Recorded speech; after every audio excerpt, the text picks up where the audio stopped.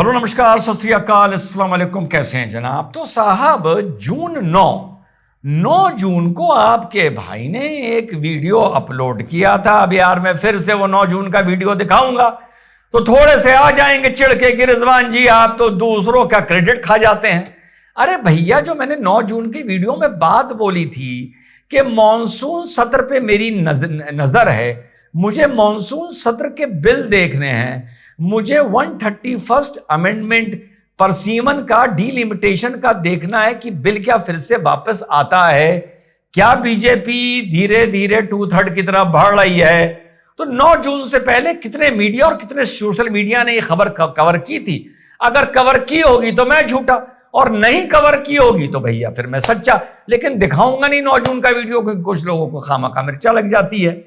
तो साहब उसमें यही बात हुई थी कि मॉनसून सत्र देखते हैं।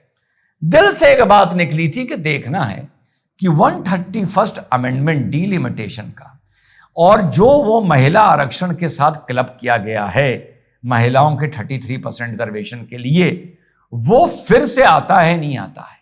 और आपके भाई ने एक बात और बोली थी कि अगर मोटा भाई लेके आएंगे तो फिर वो सुनिश्चित कर लेंगे कि दूसरी बार वो ना गिरे, या वो लेके ही नहीं आएंगे।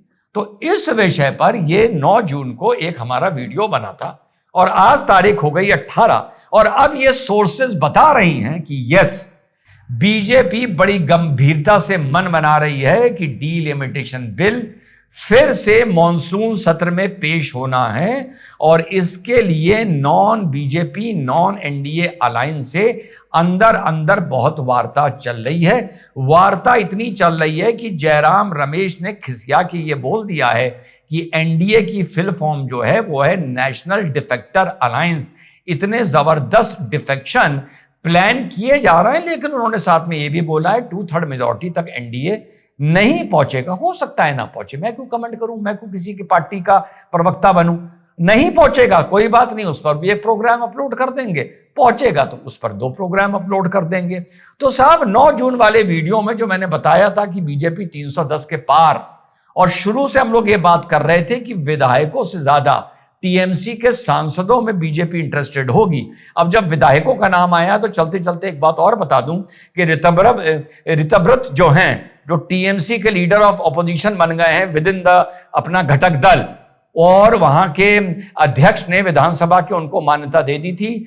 टीएमसी हाईकोर्ट कलकत्ता गई थी, कलकत्ता हाईकोर्ट ने उस मान्यता को बरकरार रखा है और जो उनको कैंसलेशन के लिए, उनके डिसमिसल के लिए जो पिटीशन आई थी वो फिलहाल खारिज कर दी गई है। तो ये एक अलग मैटर है विधायकों का। तो 9 जून को जो साथियों वीडियो बनाया था उसमें हम लोगों ने कुछ आंकड़े डिस्कस किए थे। अब लेकिन वो पुराना वीडियो तो दिखाना नहीं है, लोग चिढ़ जाएंगे 2-4। तो फिर से उन आंकड़ों को थोड़े बदले हुए घटनाक्रम के साथ बात करते हैं, क्योंकि अब यहां पर उद्धव का शिवसेना भी लपेटे में आती नजर आ रही है, लेकिन वहां पर कुछ एक गड़बड़ हो गई है बीजेपी के नजरिए से। तो वो भी आप लोगों को बताता चलूंगा जो अभी अभी फ्लैश हो रहा है। तो टोटल साहब हमारे सांसद हैं देश में 540। बीजेपी को कॉन्स्टिट्यूशनल अमेंडमेंट के लिए चाहिए 2/3 यानी 360।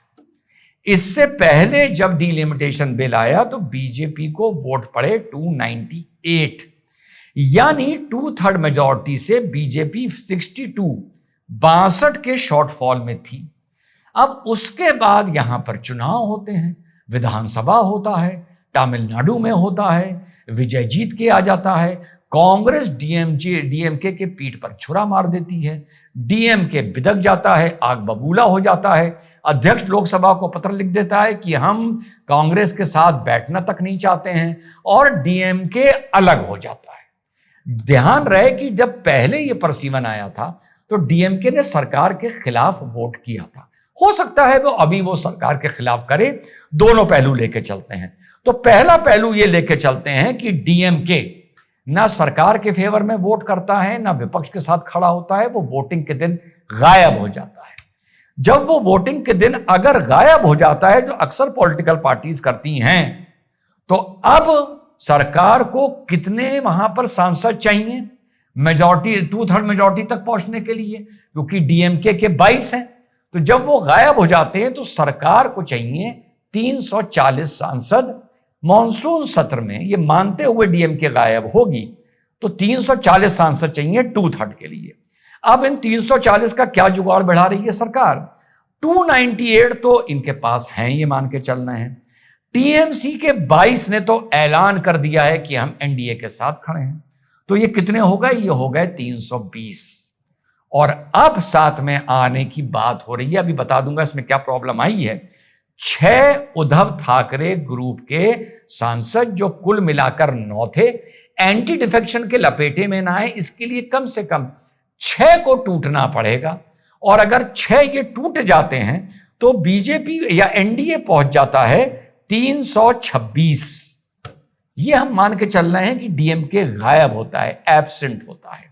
तो अगर एनडीए 326 पहुंच जाता है तो चाहिए इनको 340, यानी ये 14 कम है। और इस 14 को लेके जो रिपोर्ट बता रही हैं, एनसीपी पे डोरे डाले जा रहे हैं 7 सांसद, वीआरएस पे डोरे डाले जा रहे हैं 4 सांसद, और एक कोई और घटक दल है उसका मैं नाम मिस कर रहा हूं, जेएमएम पे डाले जा रहे हैं डोरे, वो हैं 3 सांसद। तो ये मिला के हो रहे हैं 14 सांसद। तो कुल मिला के अगर डीएमके माइनस होता है, एब्सेंट होता है, तो लगभग बीजेपी 340 के आसपास एनडीए पहुंचता हुआ नजर आ रहा है। अब अगर डीएमके आ जाता है, ऐप प्रेजेंट हो जाता है और एनडीए के फेवर में वोट कर देता है, तब तो यह बिल बहुत आसानी से पास हो जाएगा मॉनसून सत्र में, डिलिमिटेशन बिल, जिसको अब मोटा भाई ने भी अपने वर्चस्व की, राजनीतिक वर्चस्व की लड़ाई बना लिया है। लेकिन किंतु परंतु अगर डीएमके आता है और इंडिया अलायंस और कांग्रेस से अपनी खुंदक भूलकर एनडीए के खिलाफ वोट करता है, तो फिर एनडीए को चाहिए होंगे कितने? इन्हें पहुंचना होगा फिर से लगभग 360। अब 360 पहुंचने के लिए 298 इनके पास पहले से हैं, 22 आ गए आपके टीएमसी के, 6 आ गए शिवसेना उद्धव के। तो ये मैंने जैसा बताया 326 हो गए, लेकिन पहुंचना होगा इनको 360। तो 360 पहुंचने के लिए इनको जो शॉर्टफॉल होगा वो 34 का होगा।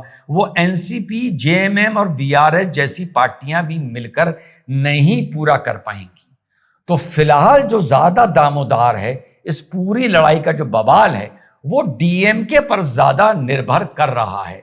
अब जो मैंने आपको बताया था कि एक बात, जो खबरें आप लोग सुन रहे हैं कि शिवसेना उद्धव टूट गई, 6 अलग हो गए, कल तक ये खबरें आ रही थी कि ये अलग हो गए। और दिल्ली में जो संसदीय बोर्ड की शिवसेना की बैठक हुई, उसमें सिर्फ 3 सांसद पहुंचे, अनिल देसाई पहुंचे और अरविंद सावंत पहुंचे और राजू भाऊ पहुंचे, और 6 गायब हो गए। लेकिन उन 6 ने भी, खबर है कि फिर से पलटी मार दी है और वो शिवसेना घटक दल की तरह, शिवसेना उद्धव की तरफ चले गए हैं, जिसमें है संजय पाटिल और ओम राजे। ये पहले खबर आ रही थी कि ये टूट गए हैं, और अगर ये उधर चले गए हैं तो 2/3 का एंटी डिफेक्शन लॉ लगता है, और 9 में से 4 सांसद शिवसेना से अगर टूटेंगे तो डिस्क्वालीफाई हो जाएंगे।